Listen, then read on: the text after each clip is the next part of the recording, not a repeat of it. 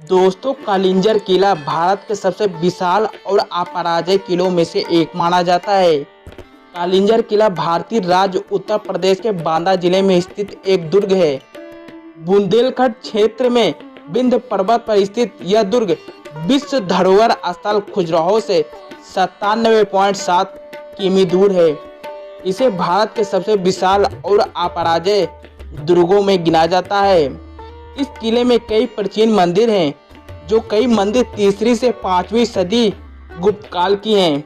यहाँ के शिव मंदिर के बारे में मान्यता है कि सागर मंथन से निकले कालकूट विष को पीने के बाद भगवान शिव ने यही तपस्या कर उसकी ज्वाला को शांत की थी। कार्तिक पूर्णिमा के अवसर पर लगने वाला कार्तिक मेला यहाँ एक प्रसिद्ध सांस्कृतिक उत्सव है। चंदेलों द्वारा बनाया गया यह किला चंदेल वंश के शासनकाल की भव्यता और वास्तुकला का उदाहरण है। इस किले के अंदर कई भवन और मंदिर हैं। इस विशाल किले में भव्य महल और छतरियां हैं, जिन पर बारीक डिजाइन और नक्काशी की गई है। किला हिंदू भगवान शिव का निवास स्थान माना जाता है। किले में नीलकंठ महादेव का एक अनोखा मंदिर है, जो हजारों साल पुराना है। इसे चंदेल शासक परमादित्य देव ने बनवाया था। मंदिर में 18 भुजों वाली विशालकाय प्रतिमा के अलावा रखा शिवलिंग नीले पत्थर का है। मंदिर के रास्ते पर भगवान शिव, काल भैरव, गणेश और हनुमान की प्रतिमाएं पत्थरों पर उकेरी गई हैं। कालिंजर किला विंध्याचल की पहाड़ी पर 700 फीट की ऊंचाई पर स्थित है। किले की कुल ऊंचाई 108 फीट है।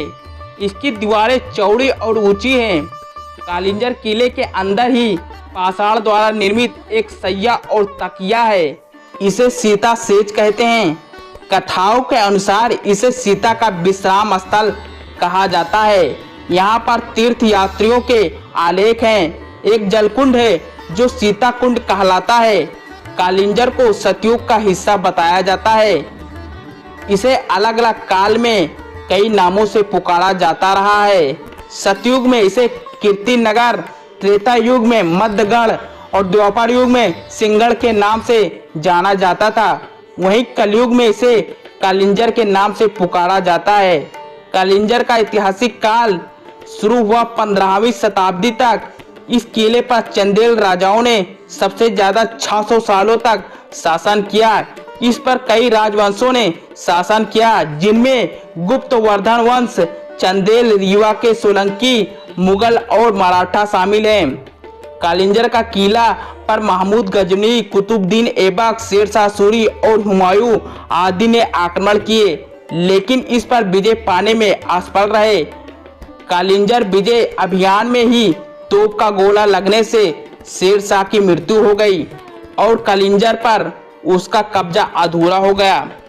मुगल शासनकाल में बादशाह अकबर ने इस पर अधिकार कर लिया और यह किला बीरबल को उपहार में दे दिया।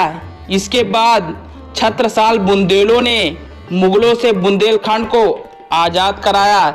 तब से यह किला बुंदेलों के अधीन आ गया। वह छत्रसाल बुंदेला ने अधिकार कर लिया। बाद में यह अंग्रेजों के नियंत्रण में आ गया। भारत के स्वतंत्रता के पश्चात इसकी पहचान एक महत्वपूर्ण ऐतिहासिक धरोहर के रूप में की गई। कालिंजर का मतलब होता है कल को जर्जर करने वाला। राजा केदार ने कालिंजर शहर की स्थापना की थी। कालिंजर किले में राजा और रानी महल नाम के 2 बहुत ही शानदार महल हैं, जिसमें पाताल गंगा नामक जलाशय है। यहाँ के पांडव कुंड में चट्टानों से लगातार पानी की बूंद टपकती रहती है।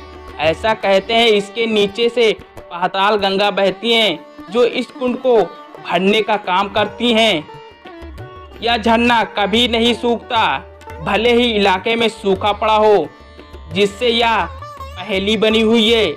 झरने को भगवान शिव के विषमान से जोड़ा जाता है। यह झरना कालिंजर किले का एक प्रमुख आकर्षण है। ये जगह शिव भक्तों के तप की जगह हुआ करती थी।